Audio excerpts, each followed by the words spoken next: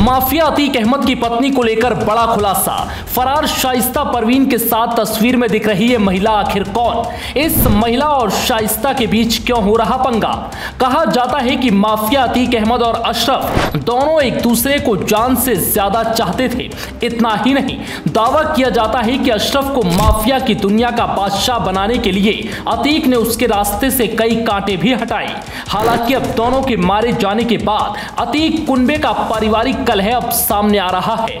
उमेश पाल अपहरण कांड में दोषी पाए अतीक के वकील सौलत हनीफ ने इस बाबत कई खुलासे किए। एबीपी न्यूज के मुताबिक हनीफ ने दावा किया है कि अतीक और अशरफ की संपत्तियों पर कब्जा जमाने के मकसद के चलते अब तक अतीक की पत्नी शाइस्ता परवीन और अशरफ की पत्नी जैनब ने सरेंडर नहीं किया। अतीक के वकील ने दावा किया कि उमेश पाल शूटआउट केस के बाद भी जेठानी और देवरानी यानी शाइस्ता और जैनब दोनों ही वसूली के पैसों को लेकर उस पर दबाव बनाती थी और तस्वीर में दिख रही है महिला कोई और नहीं बल्कि शाइस्ता परवीन की देवरानी है, जिससे शाइस्ता की बिल्कुल नहीं बन रही। सौलत हनीफ ने पुलिस को बताया कि कुछ सालों पहले शाइस्ता परवीन ने वसूली के तौर पर किसी से फॉर्च्यूनर कार ली थी। इससे जैनब खासी नाराज हुई थी और उसने बरेली जेल में फोन कर अपने पति अशरफ से वैसी ही कार लेने की जिद की थी।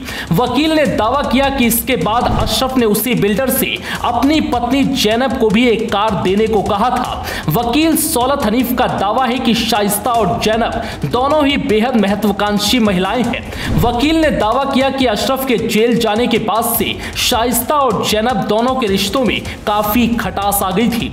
अतीक और अशरफ के मारे जाने के बाद दोनों के रिश्ते और बिगड़ सकते हैं। दावा यह भी किया जा रहा है कि घर की लड़ाई अब बाहर आ सकती है।